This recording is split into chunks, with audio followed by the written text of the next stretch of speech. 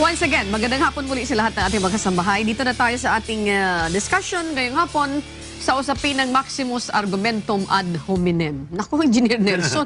Ano to? This is a Latin word. Yeah, the What does it mean? Argumentum ad hominem is a Latin word. Some sort of a personal attack when somebody has no argument, has nothing to say anymore. Okay, mamaya pag-usapan natin yan. Para mang, ayan, basta na lang magkapagsalita. O basta na Pag sabihin, nagsasalita siya pero wala naman substansya yung kanyang walang sinasabi. Okay. substansya. But first and foremost, pabatiin muna natin, it's good because Chief Engineer Ben Lork is always with you. In your fight, nandito to, parang sinasabi na, oh, I'm not afraid, I'm always here. Especially when it comes to the welfare of the Filipino seafarers. Filipino seafarers. Because that is part of our obligation as far as duty to the state and duty to the profession is concerned. Ayan, okay. Hindi pa kita pinababati, talagang umarangkada niya. Anyway, Engineer, welcome to the show. Magandang hapon sa inyo. Ay, magandang gabi. Magandang gabi rin sa iyo. Okay. Yeah, magandang gabi sa ating lahat ng mga audience at yung ating mga suki na palaging nanonood dito sa ating programa. Okay. Itong ating topic is Maximus Argumentum ad Hominem. A while ago, Engineer is mentioning that parang makapagsalita ka lang, makapag-argue ka lang, pero walang substance, walang laman. Bakit ito ang pinili ninyong topic ngayong hapon? Because that is the baseless reasoning as far as argumentation is concerned. Wherein, if you have to define the word argument, the argument should be valid. However, this type of argument looks like it turns out invalid because that is baseless. Okay.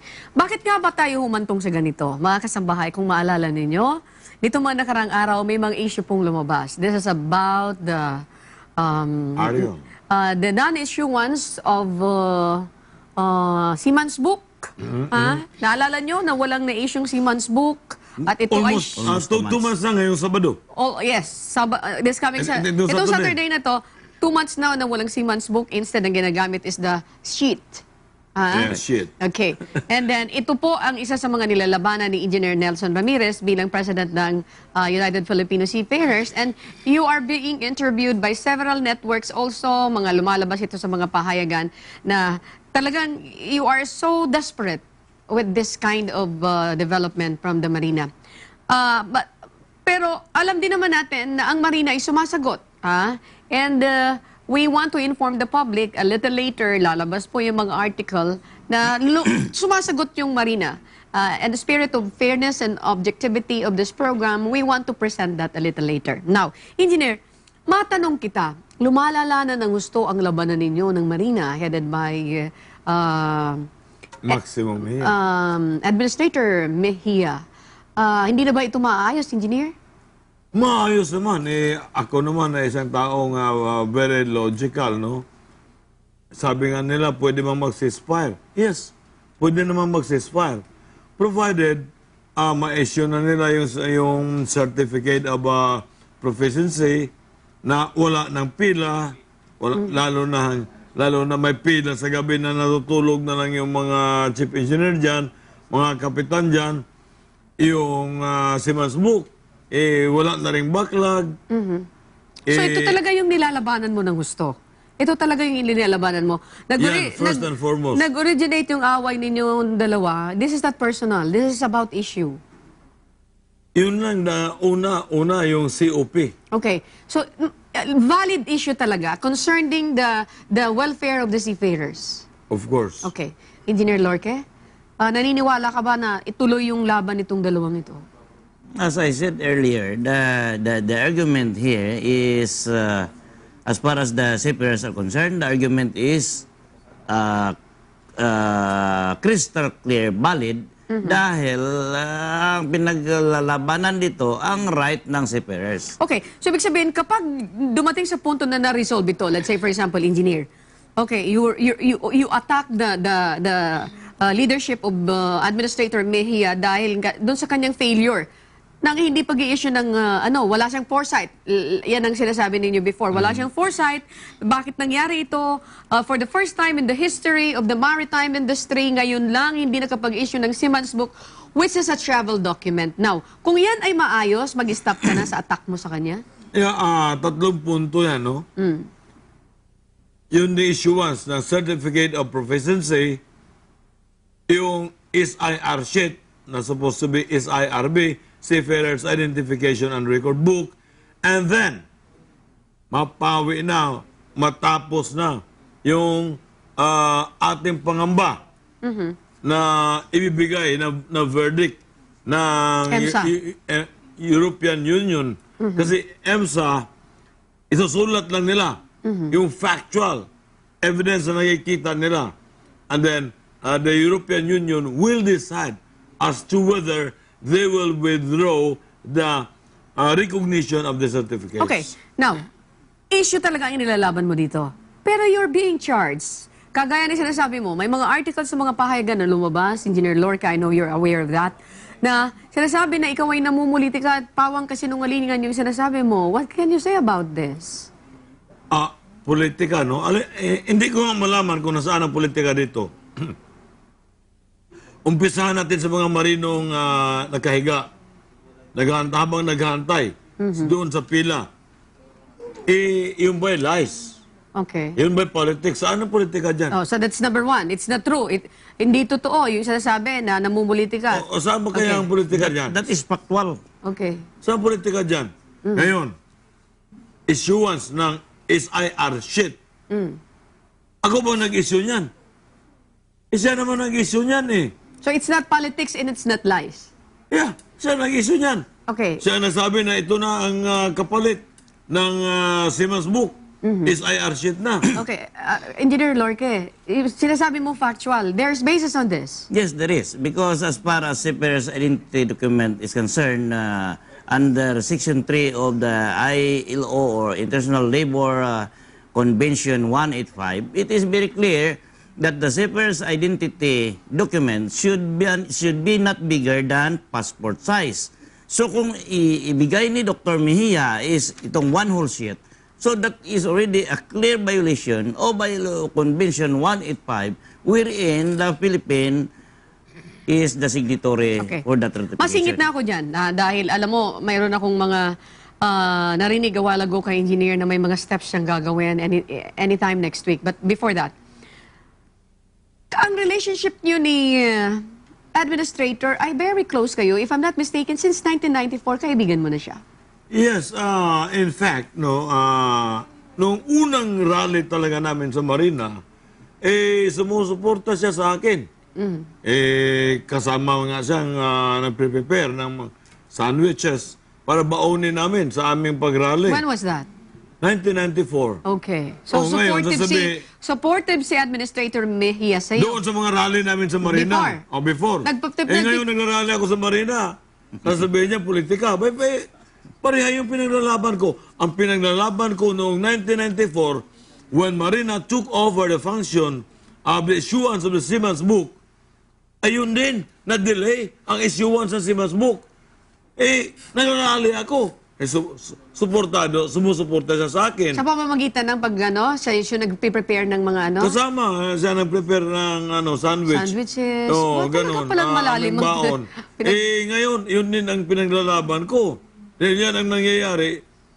Siya wala na sa Coast Guard ngayon. Siya ang administrator ng Marina. Now, mga kasambahay, when we come back with Engineer Lorque here and Engineer Nelson, titingnan natin, I was mentioning a while ago na hindi pa kayo pwede magbati. Considering na yung kanilang yung pinag-asabahan mula pa noon, hindi ba ninyo pwedeng ma-patch up at ang usapin ito? When we come back, pag-usapan po natin.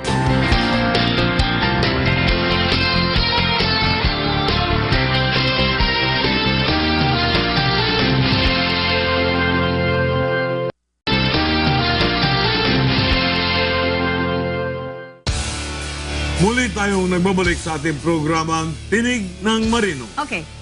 Engineer Lorque, narinig mo yung sinasabi ko kanina. Di ba kayo pwede magbati? 1994, magkaibigan na rin kayo. Supportive siya sa mga ipaglalaban mo before. Ngayon, hindi ba pwede natin may consider na, teka muna, baka talaga naman hindi masyado na paghandaan, pero pwede naman magawa ng paraan. Yeah, pwede naman. Bakit naman hindi pwede? Magkaibigan kami dati. Ang akin lang, mawala muna itong tatlong issue na to. Number one, yung seaman's book, kailangan nandyan na talaga. At yung tamang seaman's book, hindi yung seaman's book na hindi na wala na biometrics machine at readable. hindi na machine readable, no? Machine verifiable. At yung pila para sa certificate of proficiency ay wala ng pila at wala ng mga anomalya. Okay, so Number 3, yung banta ng European Union na hindi na kukunin ang mga Pilipino sa mga European flag vessels at i-withdraw na ang certificates, no, recognition of certificates, ay dapat mawala na yan. Yung tatlo lang naman, napakadali lang naman. So, Engineer Lorque, kung titingnan mo, talagang mga valid yung mga nire-raise ninyong mga points, mga reasons bakit nagkakaganito kayo. Now, naniniwala ka ba na magagawa ng paraan ito ng Marina Administrator? I do believe that they could easily solve this problem if they have to consult the right person. The very question here is they are not consulting the right person at yung mga babae na nag-aral sa World Maritime University at sa ngayon ay mga Doctor of Philosophy, mga abogada, yan ang pinapakinggan niya. So they have no knowledge as far as a practice of marine officer is concerned. So the marine officer, that includes deck officer and marine Okay, engineers. devil's advocate. I'll play devil's advocate, Engineer. Baka naman on your side and let the public know. Baka naman sa punto ninyo, kaya kayo ganon, ay dahil baka mayroon kayong mga tao na gusto niyo rin ilagay pero hindi nalalagay. Mangyari siguro yan na meron kaming tao na kilala namin na nandoon na noon. Nandoon na noon, ha? At maganda naman ang performance. So, bakit natin papalitan? Ang kaso nga lang, nawala na yan doon.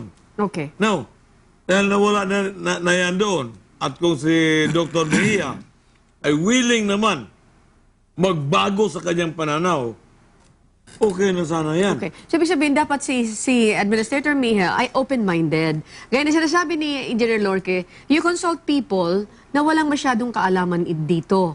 Sa usaping ito, malalagay sa alanganin, kaya ito yung resulta. Pati siya, nalalagay sa alanganin. Yes, okay. Yung mga desisyon niya, magkamali-mali. Dahil yung kinonsulta niya, wala namang alam. Oh, okay. A blind leading another blind. Okay. But if I remember it right, nagkaroon ng prestigious award si Administrator Mejia and nandoon sa Top 100 most influential person in the world. in the maritime industry all over the world today. Ano masasabi mo doon sa award na yun? Well, that was the time nung nag-take over siya, no? Kasi talaga namang yung posisyon na yan dito sa Marina, for one reason, ang Filipino seafarers ay number 1 sa buong mundo. Kami ang napakarami. Kaya masasabi niya, with the numbers of the Filipino seafarers, siya ang one of the most influential person. So, naniniwala kayo doon? Hindi ako naniniwala. Pero kasi kung paggawan mo ng survey, pagawin ng survey ulit, no? Yung Lloyds, ay sa palagay ko, siya ang maging the most hated person in the world, in the maritime industry.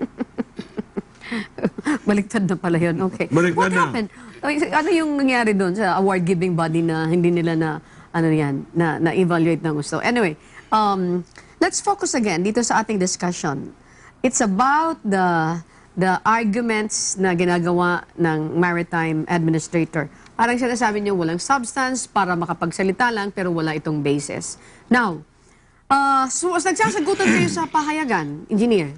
Nagkakasagutan. Lumalabas yung mga reklamo mo sa kanya, left and right, sa mga pahayagan, at kinukuha ito ng media, left and right. At siya naman nagpapalabas ng ano. Saan hahantong ito, engineer? What are your plans? In the next few days, in the next few months, what are your plans? Kasi the way I look at you are not satisfied. Up to this time, hindi ka pa satisfied sa mga nangyayari, including you, Engineer Lorque. What are your plans? Ganito kasi yan ang nasasaktan dito ang mga marino. So, ganito, na malala na to, na lumalala na rin ang problema ng mga marino, ididemanda ko na lang sila. Sinong ididemanda mo? Unang-una, si Administrator Mejia at ang kanyang Deputy Administrator na matigas din ang ulo. For what reason? Dito sa issuance ng Simasbook. Dahil naghirap ang mga marino, di ba? Naghirap ang mga marino dito. So next week ba magsasampa ka na ng kaso? Next week na. Hindi ko na patagalin. And I doubt that is part of your duty to the state because Section 3 of the duty to the state as far as the Code of Ethics of Marine Profession is concerned, that the marine officer shall perform his professional duties in conformity with the existing law. And what are those?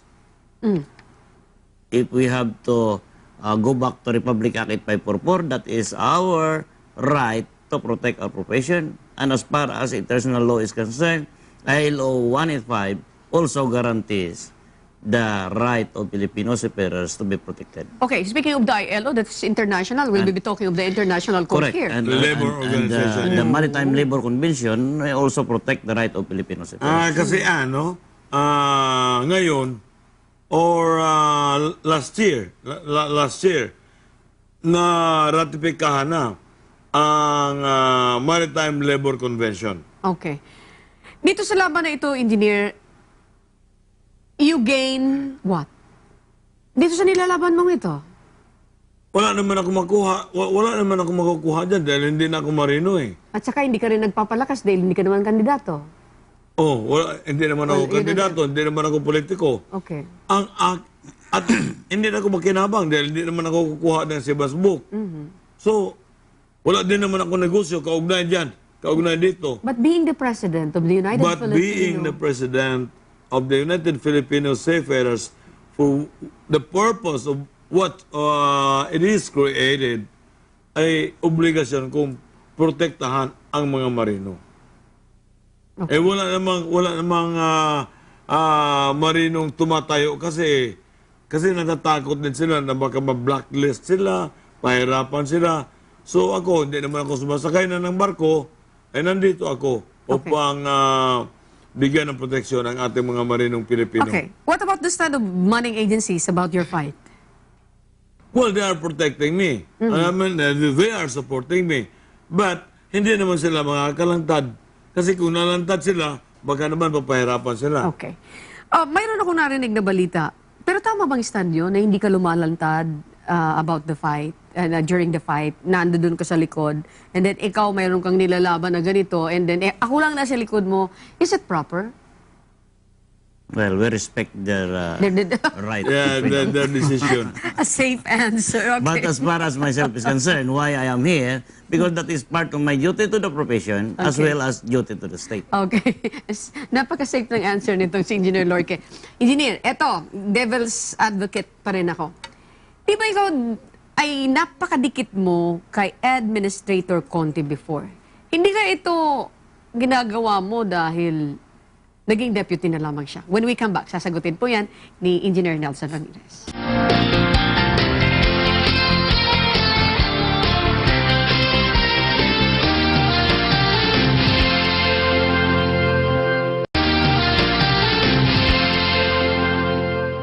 Yes, muli po nagbabalik ang Tinig ng Marino. And Engineer, I have a hanging question a while ago. Madikit ka dati sa administrator, the OIC. Administrator ni Conte, if I'm not mistaken. Hindi kaya ginagawa mo ito dahil na deputy na lamang siya at nandoon pa rin yung connection mo sa kanya? Yeah, tingnan mo lang, no?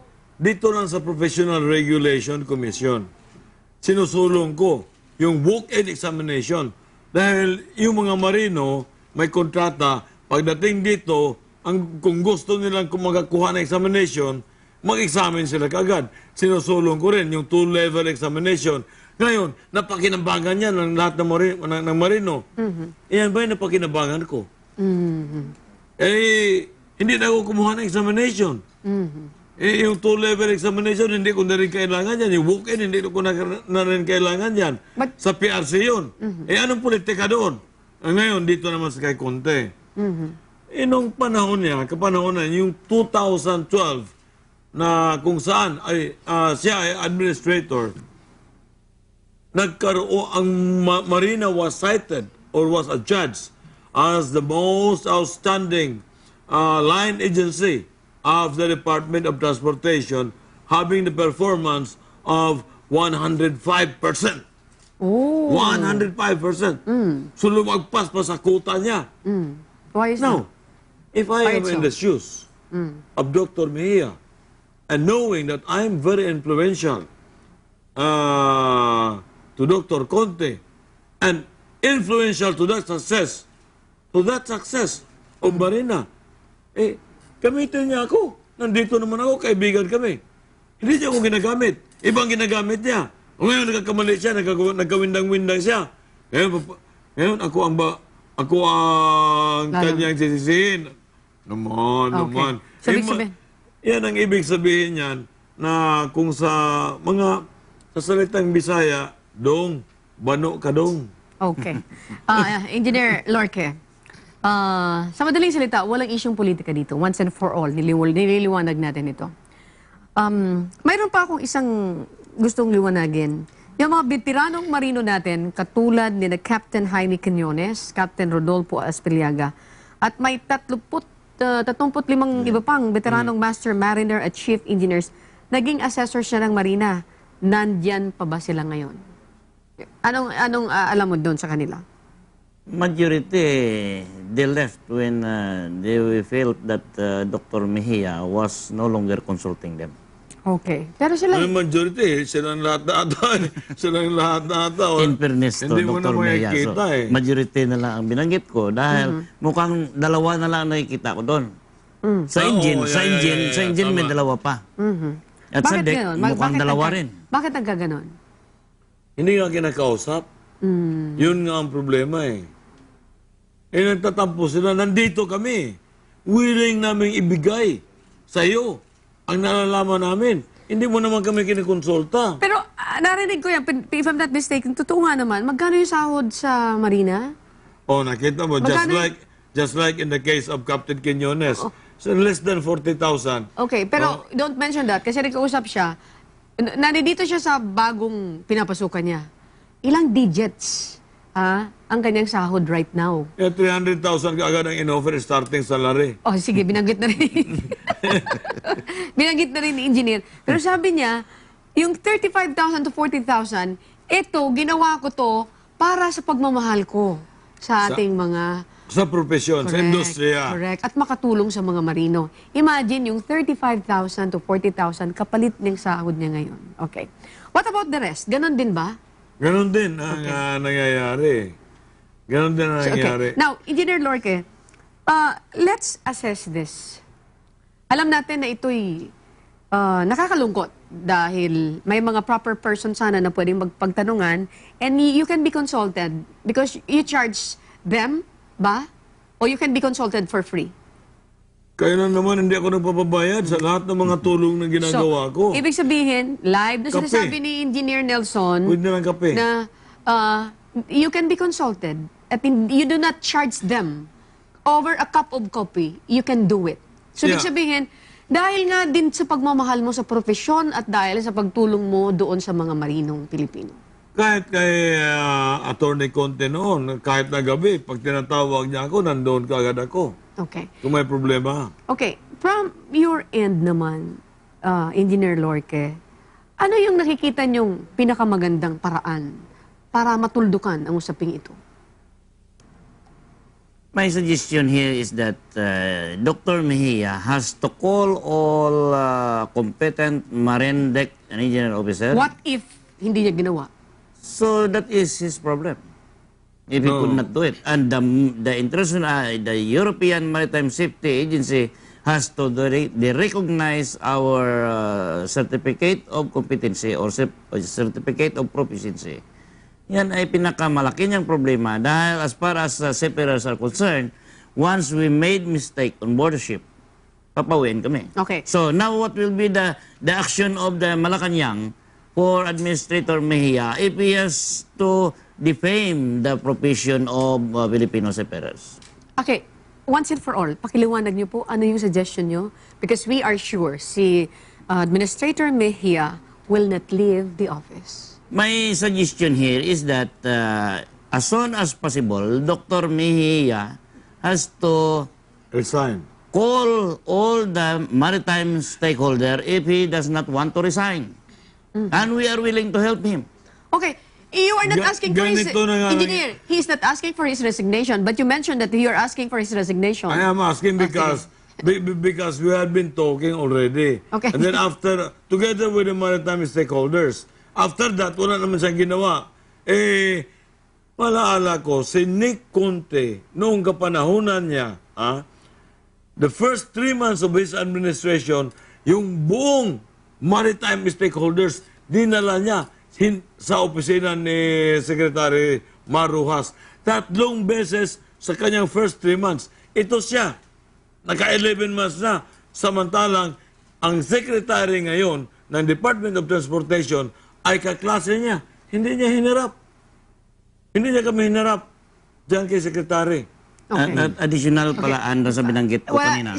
Ikaw resignation, siya hindi. O, sige, go ahead. No. As far as resignation is concerned, I was the one who made in the change.org that Mejia has to resign. Okay. So, Pero yan sinabi ko lang kanina na kung ayaw niya talaga mag-resign, Sige. itawagin niya ang lahat ng mga industry stakeholder at baka matuldukan itong problema na ito. kasi naghanap tayo ng solusyon. Tawagin niya at sundin niya. Ang kaso Correct. lang, nagbibigay naman kami ng solusyon sa kanya, hindi naman niya ginagawa. Hindi na pwede bang ganito na lang, ano po, kasi gusto rin natin, talagang gusto natin matuldukan talaga ito mga kasambahay. Pwede bang hindi na tayo humingi ng pwede tayong hindi humingi ng resignation niya at sabihin na lang, sundin niyo ito. Kasi ito ang alam namin na makakalutas sa problema. And after that, kung hindi siya sumunod, that's the time for you to call for a resignation. Yun na nga ang ginawa, yun na nga ang nangyari. Kasi noon, sabi, Nelson, bago ka naman mag-rally, hayaan mo muna kami na gumawa ng gumawa ng pamamaraan, gumawa ng aksyon. Kailangan kausapin mo na, sige, pinagbigyan ko, hindi muna ako nag-rally. Nag-usap na sila ng mga maritime stakeholders. Wala namang nangyayari, hindi naman niya ginawa. Okay. Yung dapat niyang gawin. So, Ngayon, nandoon siya sa Europe. Magkailan lang. Pumunta na siya sa Europe, ngayon balik na naman doon. Okay. Sasabihin nila na hinihilot daw yung sa EMSA. Sa EMSA. Tapos na. EMSA has written already the 99 pages factual deficiencies. So what does it mean, engineer? Hindi tayo pasado? Bagsak tayo? Bagsak. Hindi ba naman 99? Kung 99, kung ibig sabihin, pasado, siguro mga tatlong pahina lang yan. Wala na, tapos na. So, ibig Tapos, sabihin- ganito nga kasi hindi ba kapag graduation, meron ka ng grado? O kung bibigyan ka na ng grado, saka mo hihilutin. Maniniwala ka bang mangyari yan? Bagsak ka na. May bagsak na yung grado mo. Okay, engineer, once and for Pero all. ang comment ko dyan, that is because that is graduate studies. Kaya pag tapos mo, nag-graduate, saka ka palang bigyan ng grado. Okay, engineer, once and for all. Anong plano mo kay administrator? File charges against I him? will file charges. Hindi lang isa, dalawa, tatlo, apat siguro. Para mamulat sila sa katotohanan. And you are doing this para madala sa proper venue. Yung Para fight madala ninyo. sa proper venue. Kasi sinabi niya, politics and lies. Okay. Now, let the court prove it if I am lying. Okay. Mga kasambay si Engineer Nelson Ramirez, and we have also here Engineer Lorque. Your short message po, Engineer Lorque. Go ahead, please. My short message to Dr. Maximo Mejia Jr. is that please heed the advice of Filipino seafarers in order not to be defamed. At pangalawa, sa nabanggit ko noon pa man, kahit sa radio and television, that we are sailing in one vessel, Republic of the Philippines. At kahit noong January 23, nung nag-dialogue tayo, nabanggit ko rin yan na please, tingnan mo ang nakarapat at bagay. Dahil pag nalubog yung barko natin sinasakyan na MB Republic of the Philippines, lahat tayo ay malubog. Okay. That's Engineer Lorque. Thank you so much, sir. Maraming thank you. salamat. And finally, your short message, Engineer Nelson. Para sa akin naman, siguro, alam mo naman, ang iyong mga kapalpakan, pumalpa ka na, at nakikita mo sa mga Facebook groups, no? Ay talagang puro, wala ka na makitang kind of words na nandoon. Puro mura na lang ang ginagawa nila. Eh kung ako ba naman ang mumurahin, makabasa ng ganong klaseng pagmumura, ay talagang mag-resign ako. Mahihiya ako eh. Mahihiya ako. Ang akin na naman, hindi naman ako kumikita dito. Pero tuwing bubuksan ko yung mga Facebook groups, no? Ang dami nila, mga 30 yan. Ay puro naman pagpuri ang ginagawa nila sa akin. No? Kahit walang pera, masabi mo, ikaw ang aming bayani. Okay. O kung ikaw na lang ang natitira naming pag-asa, ay kung ganyan ba That's naman. quite fulfilling. Ayos na sa akin. Hindi ko na kailangan ng pera, di ba? Okay, Engineer. At yan, maaaring ipagmayabang ng aking anak, ng aking apo, at ng aking generation, buong generation. Thank you once again, Engineer Nelson. I hope next week, mayroon ng tuldok ang problemang yan. Hoping and praying na matuldok ka na. Malay mo, dito sa panawagan na ito ay maliwanagan din ang isip ng mga nasa taga-Marina. Thank you so much, Engineer Nelson. Huwag po kayong alis because when we come back, pag-usapan naman natin ang kaligtasan at kalusugan. It's about environmental safety.